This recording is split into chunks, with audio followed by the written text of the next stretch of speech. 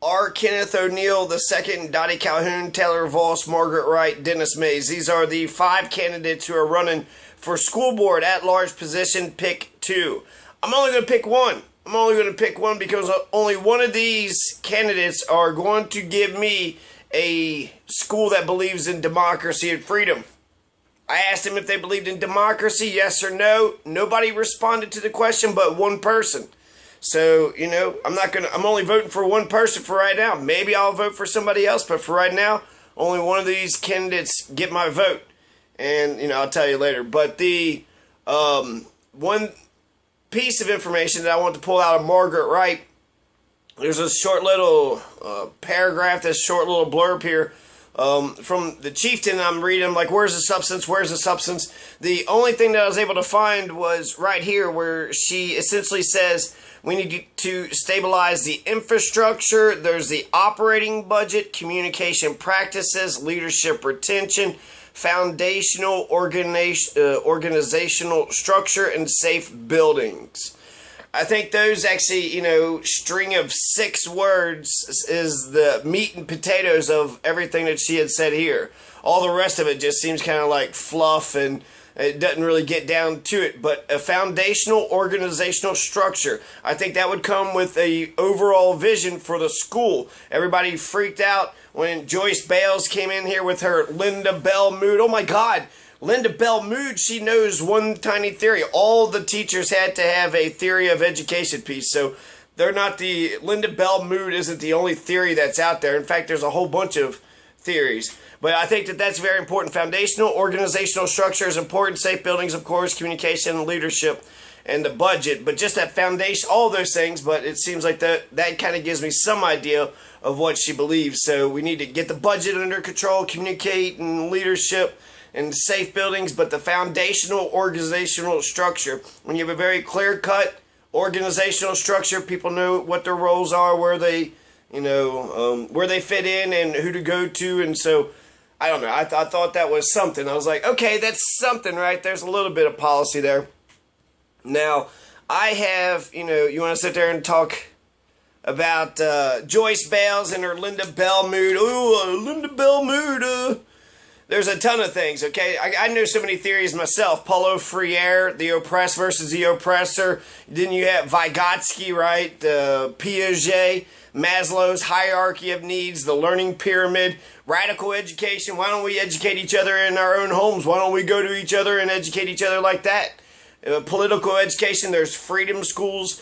During the antebellum South, there was these folks that would go down there, I think it was actually 50s and 60s, 1950s and 60s, but they would teach the political structure to the residents, to the black residents. And so these freedom schools were just essentially just political organizations that were teaching them politics. Here's who's your candidates are, who run things. Here's how you get into, how you get into it. So there's political education, radical education. Sugata Mitra, he essentially teaches, his theory is that education is self-emergent and self-organizing. So really the administrators and the teachers just need to get the hell out of the way. Learning will happen. Learning will happen. It's self-emergent, self-organizing. It's Sugata Mitra. Check it out. His hole-in-the-wall experiment. Reggio Emilia. This is a city in Italy, and they use some theorist, Loris Mugazi or something. But Reggio Emilia essentially is you create the environment and you make it fun and exciting, and they actually want to do the things. Reggio Emilia also believes that every child has 100 languages. Every person, every human being's got 100 different languages, and it's up to the Reggio Emilia way to figure out, those, to help develop those 100 languages. Maria Montessori, follow the child. This is Anne Frank. Anne Frank had Montessori education. Follow the child. The child will let you know what they're interested in, what they're curious in. If they're curious in it, then they'll want to learn about it. You force them to learn it, they'll hate it forever. Sudbury model education is democracy. It's also cheaper. It's only $7,000 for a Sudbury Valley education versus a public education, which the state pays $7,500. So $7,500. I think that if you cannot get me a school, a public American school who believes in democracy, give me a voucher so I can send my kid to a school that does believe in democracy. It's cheaper for the state, and I'd be happy with my education. If there is no democracy in the public schools, I don't want my kid going in there. No way. No way. I want my kid to understand democracy. I don't want them to just be put into, a placeholder, just kind of, put a piece to the puzzle, just whatever, just kind of, stuck over there. So I want them to actually be in an environment where they respect each other, the students and the teachers, and where they want to actually hear the opinions of the students, especially the smart ones, and to give them responsibility and to empower them. That was the one thing I liked about Margaret Wright. She said that she was in favor of empowerment, but I'm grasping at straws. I'm grasping at straws with her. I mean, essentially, yeah, you want a foundational organizational structure, and you want to, get the budget under control. And that's really good. Empowerment, I think that's really good. That's the right direction. Taylor Voss is in the right direction when he's sitting there saying that the kids need to learn how to think, not what to think. So, not dictating and regurgitate, not just sit and get, but actual, Albert Einstein said experience is education, everything else is information. So if all the teachers are doing is lecturing at these students, then they're not getting any education at all. They're getting a bunch of information, but they're not getting any education. The education that they're getting is that they're powerless to do anything about any of this. And so William Glasser, he believes in classroom meetings. William Glasser, he believes in, he's I think a constructivist also. So constructivism, right? That's Reggio Emilia. And then Waldorf, Summerhill, St. John's, great books. They didn't have any teachers. They just had mentors. They didn't have any written tests. They had oral tests, so you had to actually be able to conversate. You actually had to, verbalize what you learned. And that's the best way to learn, to see if a person had learned anything. Do you actually know it? Tell me what you learned. So there's freedom schools, black schools were the Reconstruction schools, and essentially what black schools were learning were like, okay, so these white folks are giving us this black school, we don't know why, but they're allowing us to do this, and now we got this black school, but we know that some whites want us to have this, the other whites, really, really hate us, so we probably are not going to have this school for a while, so we got to use this school, we got to find the top leadership class, we've got to get into their brains, the information and stuff that they need to know, because that's going to be the generation that's going to pull all the other black folks up out. So it was a desperate and drastic, sort of a very urgent situation. So the teachers would pay very close attention to their best and their brightest, including going to their houses, checking out their home situation, make sure the parents understand that they've got themselves a gifted person who could actually, do something for the community. So they put a lot of emphasis because they had to survive. They had to find that leadership class, or else, black people as a whole would be completely screwed over. So there's vocational schools, right, where you actually learn trades. B.F. Skinner, I cannot stand B.F. Skinner. He says, essentially, he's just a psycho, but his famous quote is, what can man make out of man? What can man make out of man? If you put enough pressure on man, what can you make that man do? And so he's a behavioralist. He's not a constructivist. He essentially says, fix the behavior, and then the thought comes later on. And I think that's exactly what the public school education is doing, this B.F. Skinner bull shit.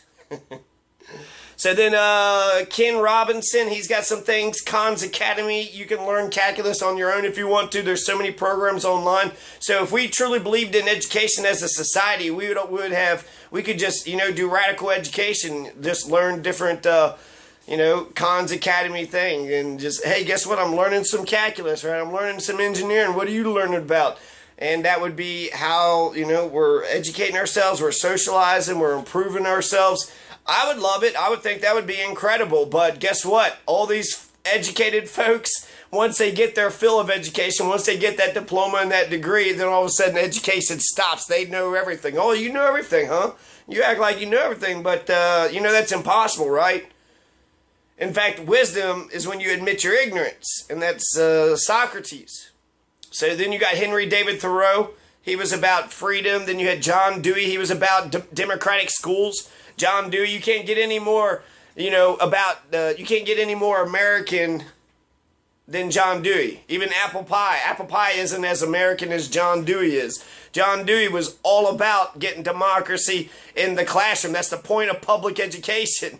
How are the people in America, how are they going to know how to use their democracy if they're not educated and taught about it? So we need to teach them. So it's a democratic education. That's where public schools, the origins of public schools come from. So John Dewey, Tecumseh teaches us something, right? Tecumseh didn't go to school whatsoever, and yet he led a massive Indian resistance campaign, in order to try to stave off genocide. And, he failed, but he wasn't formally educated, but he was a good orator, and he had been educated, running around in the woods. So how did he get his education? Where did he come from? So, we learned something from Tecumseh. We learned something from Machiavelli, Frederick Douglass, Noam Chomsky, Kozol, Holt, Gatto. These are some homeschool people. The Harkness table. One educational theory is where we all get around the Harkness table. So we all get around the Harkness table, and then that's it. Period. Then we discuss, we talk to each other, we bring something to the table. Here's what we learned, here's what we educated, and then that's it. I mean, that's an interesting concept, but there's a Linda Bell Mood kind of overall structure. So that's what I liked about Margaret Wright, was that she had mentioned the overall organizational structure. If you have a school system, if D60 schools actually start to believe in democracy, and they're like, damn it, these kids are going to get out and about. They do need to know some civics. They do need to get some power. We do need to start empowering them and, make sure that they're independent and they're ready to go by the time that they're 18. You're raising your hand at 18 just to go to the bathroom, and then you're able to sign contracts, get married, have children, go off to war.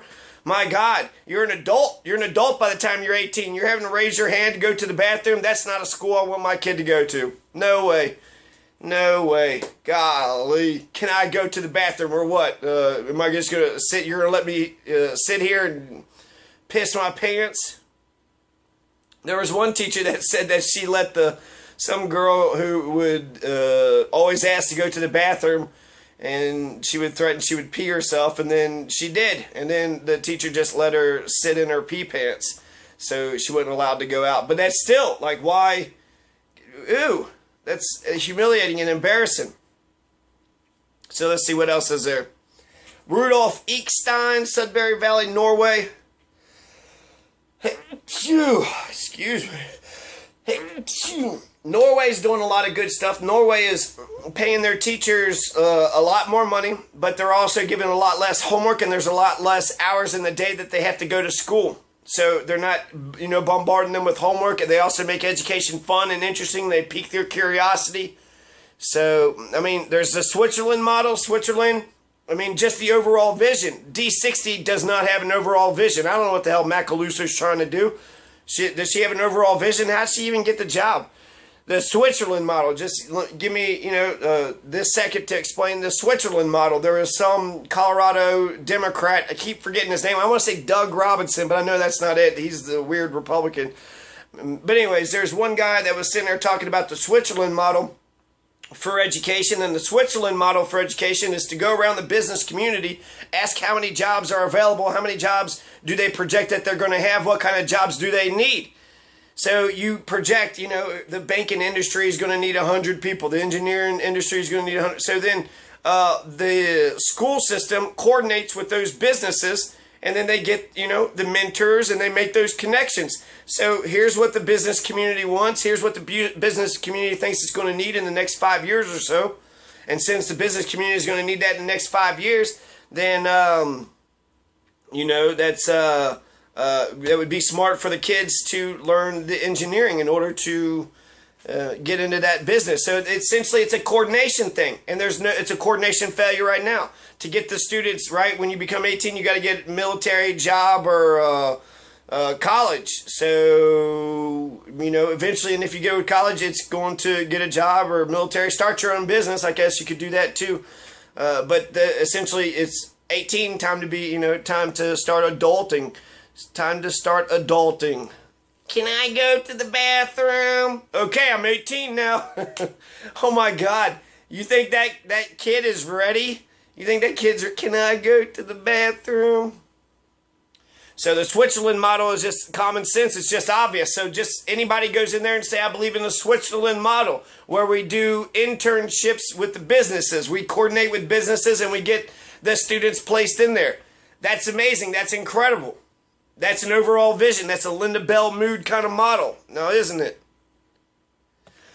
So make sure I got it all. Daniel Greenberg, Thoreau, Emerson, Albert Einstein, Mark Twain, the internet, memes, Facebook, we educate ourselves.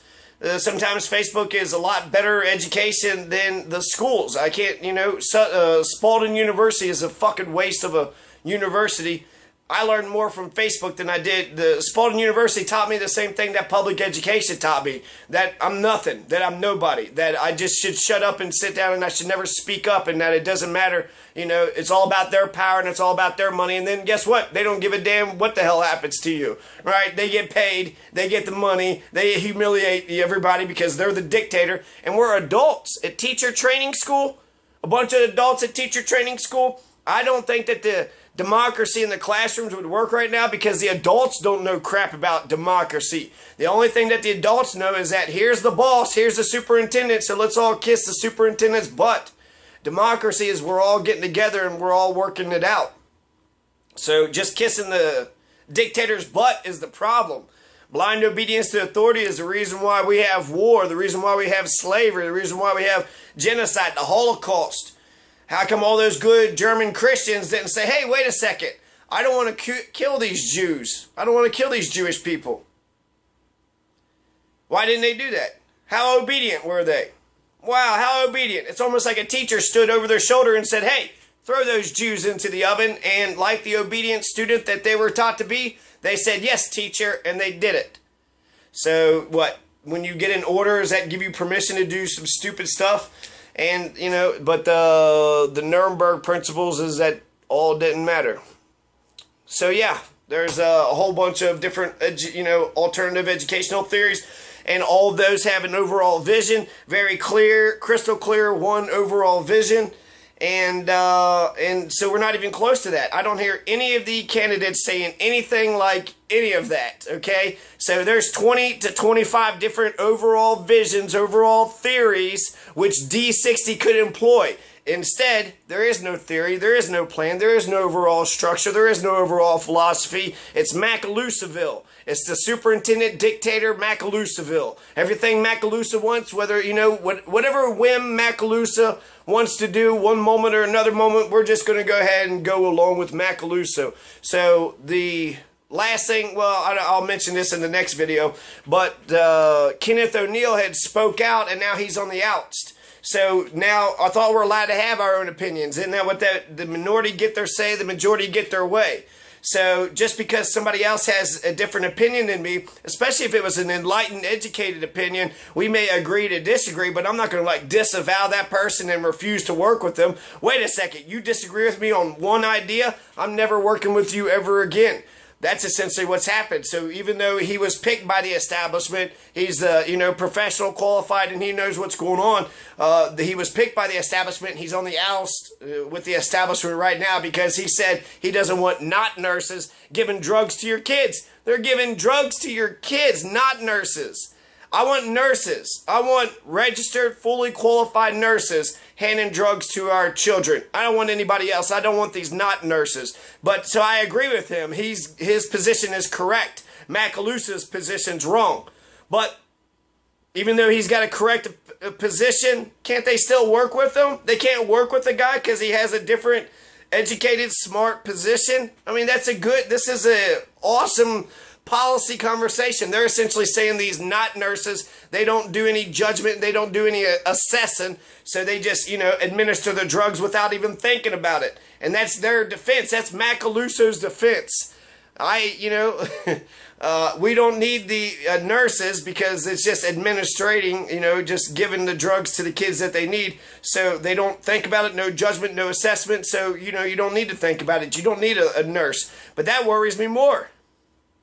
You're just giving drugs to kids without thinking about it? So, yeah, not nurses. I do not want not nurses giving drugs to the kids. I don't want drugs to be given to the kids anyway. So that's what's happening right now, because school is all about tyranny and oppression. Kids are bored. Kids are, they can't sit still. They're antsy. They can't just sit down and listen to, their Big Daddy Strange. So they got to pump them full of Ritalin to sedate them, so they just sit there like vegetables, drooling all over the place. And at least they got compliance. At least they, destroyed the soul and humanity of that young child who had so much spirit and soul. So wonderful job, wonderful vision there. I got, I have visions of democracy. They got visions of tyranny. And it's like, hey, what's the philosophy of D60 schools? Oppression and hierarchy, and absolutely no democracy. Okay, well, I don't have any kids now, but I'm going to have some kids, and when they get to be of age, if things haven't changed, I don't want to send my kid to an anti-democracy school. And that's what it looks like to me. D60 is an anti-democracy school. I don't see any alternative visions. I don't see any perspective. And I also wonder if they're going to stand up to Charlotte anyways. Margaret Wright said that she would. And then Dennis Mays, he had said that he wouldn't micromanage her, but she was going to respect him. So, I took that to heart, because that's why it would be so easy to be a student advocate. In teacher training school, how easy would it have been for the teachers, everybody's in there, to become teachers if we would have taught each other. Hey, I'm teaching math, you're teaching social studies, now we're teaching each other, we're respecting each other, we're respecting education. But even in teacher training school, which is above undergraduate, so I got my undergraduate degree, 4 years, and then I go to teacher training school, and they're all like it. It comes out of Prussia, the Nazis before the Nazis. And that's all they taught me. Classroom management. Shut up. Sit down. That was all they taught me. They didn't teach me to, my craft social studies. They didn't teach me any social studies whatsoever. I learned more social studies on my own than I did, So they didn't teach the social studies. That's my craft. That's what I'm going to be an expert in. So you go to teacher training school and you get that degree that makes it seem like you know what you're talking about. It doesn't. It doesn't. I mean, I know a lot of theories and I know a lot of how they think, but essentially the B.F. Skinner way is if you oppress everybody, that's teaching. And I disagree. I disagree 100%.